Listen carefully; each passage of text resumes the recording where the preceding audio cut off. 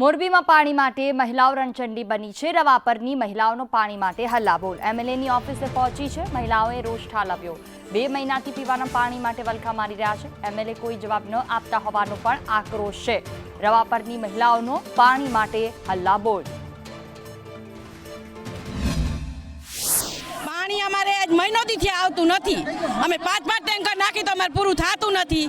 ને જઈ મત જોઈ તો એ કેમ આવો હો કઈ પાણી અમારે તાત્કાલિક હવે અમારે જોઈએ કઈ એક ફ્લેટ 1 લાખ એમ નહીં જ્યાં છોડે તો એ અમને નથી ખબર કે કઈ છોડે એ 2 કલાક તો 2 કલાક દેવ તો જોઈએ ટાઈમે અમને। ધારાસભ્ય પાસે ગયા તો શું કીધું? ધારાસભ્ય કાંઈ જવાબ જ નથી દેતા, કોઈ જવાબ જ નથી દેતું।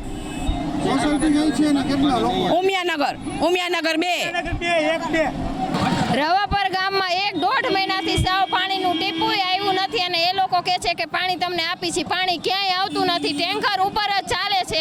નાના છોકરા મોટા નાના બધાય બહુ જ હેરાન થાય છે। 1 જ કલાક મળશે થાય અને અત્યારે અમે લોકો આવ્યા આટલી બોડી સંખ્યામાં છતાં એનો જવાબ એવો છે કે જે થાય એ કલો 1 જ કલાક પાણી આવશે તો આવશે, બાકી અમે કઈ અત્યારે સરખો જવાબ અમને મળ્યો નથી। બધાય છોકરાઓ નાના મોટા બધા હેરાન થાય છે પાણી વગરના।